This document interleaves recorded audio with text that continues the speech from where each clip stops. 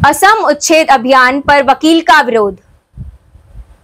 हाइलाकांदी के वरिष्ठ वकील बुरहान उद्दीन बरभुइया ने असम के सरकार के उच्छेद अभियानों को गैरकानूनी और अमानवीय बताया। उन्होंने कहा कि सुप्रीम कोर्ट के निर्देश के अनुसार पुनर्वास व्यवस्था के बिना उच्छेद नहीं होना चाहिए। उन्होंने आरोप लगाया कि बांग्लादेशी हटाओ के नाम पर एक विशेष समुदाय को निशाना बनाया जा रहा है, जो पूरी तरह गलत है।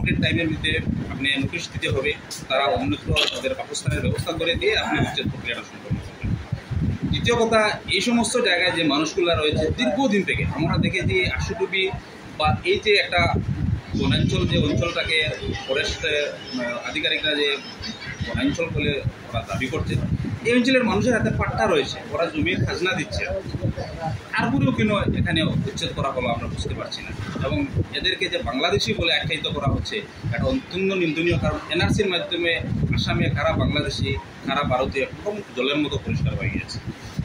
আমি আমাদের বরাকভ্যালি তথা হাইলাকান্দির প্রসঙ্গে বলবো, আপনি যেহেতু হাইলাকান্দির প্রসঙ্গ উত্থাপিত করেছেন, কয়েকদিন পূর্বে আমাদের হাইলাকান্দির একজন বিজেপি নেত্রী এবং আরেকজন যুব মোর্চার সদস্য, ওনারা সোশ্যাল মিডিয়ায় বা বিভিন্ন সংবাদ মাধ্যমে যে উস্কানিমূলকভাবে বক্তব্য দিচ্ছেন এবং হাইলাকান্দি জেলার বৈধ নাগরিকদেরকে ওনারা যেভাবে বাংলাদেশি বলে আখ্যায়িত করছেন, আমরা তীব্র ভাষায় তার নিন্দা জানাচ্ছি এবং প্রশাসনের কাছে অনুরোধ করছি, ওরা এই জেলার সাম্প্রদায়িক সম্প্রীতি নষ্ট করার জন্য ওনারা বিভিন্ন ধরনের উস্কানিমূলক বক্তব্য দিচ্ছেন তাদের রাজনৈতিক মুনাফা আদায়ের জন্য।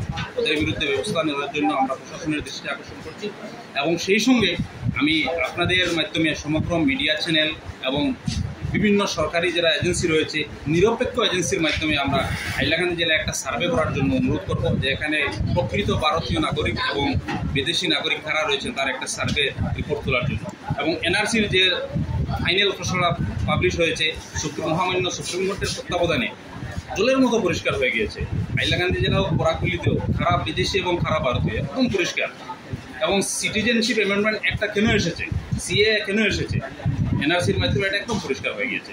আজকে কিভাবে একজন শাসক দলের একজন নেত্রী বিশেষ এক সম্প্রদায়ের মানুষকে টার্গেট করে বাংলাদেশি আখ্যায়িত করেন এবং তাদেরকে উচ্ছেদ করার জন্য মুখ্যমন্ত্রীর কাছে উনি দাবি করেন, সরকারের কাছে দাবি করছেন।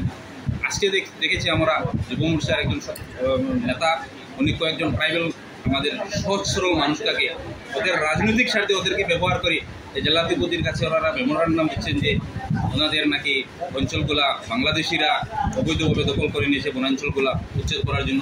আসলে প্রকৃতপক্ষে একদম সিধা সাদা কথা বলতে গেলে 2026-এর নির্বাচনী বৈতরণী পার হওয়ার জন্য আসামের হিমন্ত বিশ্ব শর্মার কাছে কোনো বিকল্প রাস্তা নেই, শুধুমাত্র সাম্প্রদায়িক এজেন্ডা ছাড়া। তাই এই সাম্প্রদায়িক এজেন্ডা ছাড়িয়ে উনি 26-এ ক্ষমতায় আসার জন্য সমগ্র আসামের সঙ্গেও হাইলাকান্দিতেও উনি চেষ্টা করছেন এই মুসলিম সম্প্রদায়ের উপর নির্যাতন করে উচ্ছেদের নামে একটা হুলস্থুল পরিবেশ সৃষ্টি করে এক সম্প্রদায়ের মানুষের উনি সমর্থন নিয়ে আবার ক্ষমতায় আসবেন। তাই আমরা আপনাদের এই মিডিয়ার মাধ্যমে তীব্র ভাষায় তার সমালোচনা করছি এবং ওনাকে অনুরোধ করছি ওনার এই মানসিকতা তার শুদ্ধ হোক। উনি ভালো একটা দায়িত্বে রয়েছেন, সাংবিধানিক দায়িত্বে রয়েছেন, ওনার সুস্থ মানসিকতা আসার জন্য আমরা কামনা করছি।